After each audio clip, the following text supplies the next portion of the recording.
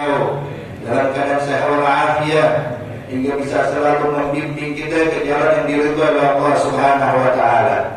Sebagaimana tadi kita dengarkan pelajaran yang penting bagi kita semua walahabat, bahwasanya pentingnya kita untuk menjaga lidah kita dari ucapan-ucapan yang buruk kepada sesama muslim. Sebab kebanyakan orang dijebloskan ke dalam api neraka Allah, semuanya kebanyakan gara-gara lisan. Sampai Nabi menyatakan wa hal yakubun nas binnar ala manakhirihim illa hasarid al-sinatihim. Kata Nabi, berapa banyak orang dijebloskan ke neraka, dilempar ke dalam api neraka, jatuh muka terlebih dahulu. Hadirin, kebanyakan gara-gara lidahnya. Ketika mengucapkan kalimat yang buruk kepada sesama muslim. Bahkan kita diajarkan di dalam Islam, jangankan mencaci seorang muslim, mencaci makanan pun nggak boleh. Hadirin, mencaci makhluk hidup siapapun itu dilarang. Bahkan mencaci orang non muslim sekalipun juga tidak dibenarkan di dalam Islam.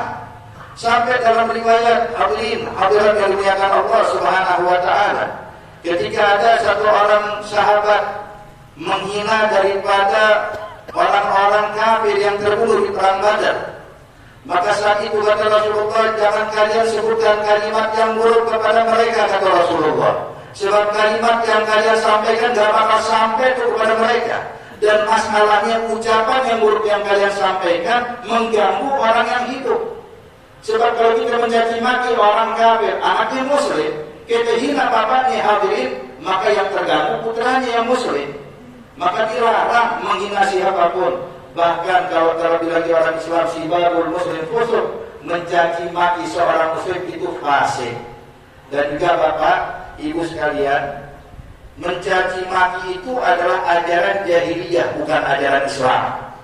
Ajaran yang dilakukan oleh orang-orang sebelum Islam yang tidak mengenal etika, tidak mengenal akhlak, tidak mengenal iman, itu biasa mereka mencaci maki. Tapi begitu Nabi Muhammad diutus, mereka mempelajari Islam dan para sahabat-sahabat mengenal Islam, maka hilang dengan sendiri cacian juga makian. Bahkan pernah sekali waktu hadirat yang dimuliakan Allah, ketika Sayyidina Bilal bin Rabah bersama Sayyidina Abu Dzar al-Ghifari, dalam riwayat bersama Sayyidina Abdurrahman bin Auf, bersama juga Sayyidina Khalid bin Walid ketika sedang duduk bermusyawarah tentang suatu perkara, maka saat itu Abu Dzar al-Ghifari ketika mengucapkan kalimat dibantah oleh Sayyidina Bilal bin Rabah. Kata Sayyidina Bilal, tidak seperti itu ya Abu Dzar, ucapan kau ini salah, kurang tepat yang mengutarakan. Maka Abu Dzar al-Ghifari pun marah kepada Bilal. Dengan marahnya saya mengatakan, uskun anta ya ibn Sauda, bisakah kau diam, hai putra dari seorang wanita yang hitam? Akhir mengejek Sayyidina Bilal bin Rabah, dikatakan engkau ini adalah anak dari wanita kulit hitam. Maka Sayyidina Bilal bin Rabah ketika mendengar ucapan ini, hinaan dari Abu Dzar al-Ghifari, kata Sayyidina, kalau begitu akan saya adukan ucapanmu kepada Nabi Muhammad. Maka berangkat Sayyidina Bilal bin Rabah mengadukan hal tersebut kepada Rasulullah atas hinaan Abu Dzar kepada dirinya. Subhanallah, Nabi waktu mendengar marahnya bukan main. Maka saat itu orang-orang yang bersama Abu Dzar bilang, ya Abu Dzar, ahsan ketemu Rasulullah. Jangan sampai Nabi marah. Berangkat Abu Dzar banyak tajir, pengen minta maaf. Waktu berjumpa dengan Rasulullah, dia ucapkan salam, assalamualaikum warahmatullahi wabarakatuh ya Rasulullah. Maka Nabi waktu melihat Abu Dzar, Pak, langsung Nabi katakan, ya Abu Dzar, apakah engkau menghina Bilal bin Rabah?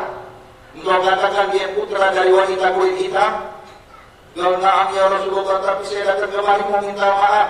Kata Nabi, engkau mencaci maki Bilal bin Rabah? Ya Abu Dzar, ya Rasulullah, saya kemari mau minta maaf.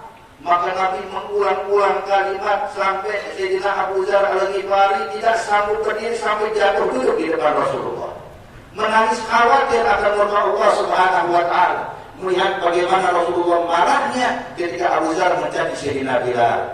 Dan begini juga adalah kabar ketika kita mencaci seorang muslim, begitulah keadaan Rasulullah kepada kita. Jadi jangan menganggap enteng kita menghina atau mencaci maki seorang muslim, itu merupakan hal yang membuat gusar dan membuat marah Nabi Muhammad. Maka saat itu Abu Dzar pun menangis, tidak mampu berdiri. Hadirin sampai orang-orang berkata, ya Abu Dzar, kalau lebih baik kau temui Bilal, minta maaf sama dia. Biar Bilal yang menemani engkau minta maaf kepada Rasulullah. Maka berangkat Abu Dzar, dicari Sidina Bilal menerobah. Ketika bertemu dengan Sidina Bilal, Bilal sudah melupakan hadirin. Maka saat itu Abu Dzar berkata, ya Bilal, ya Bilal. Maka dipeluklah oleh Sidina Abu Dzar. Ketika dipeluk kemudian Abu Dzar mengatakan, ya Bilal, tolong maafkan saya.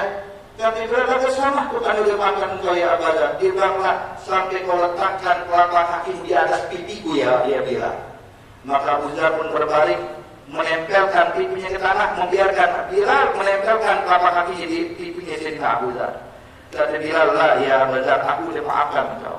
Asyahid di sini ayat ahbab yang perlu kita garis bawahi, bahwa mencaci maki, menghina bukan ajaran Islam.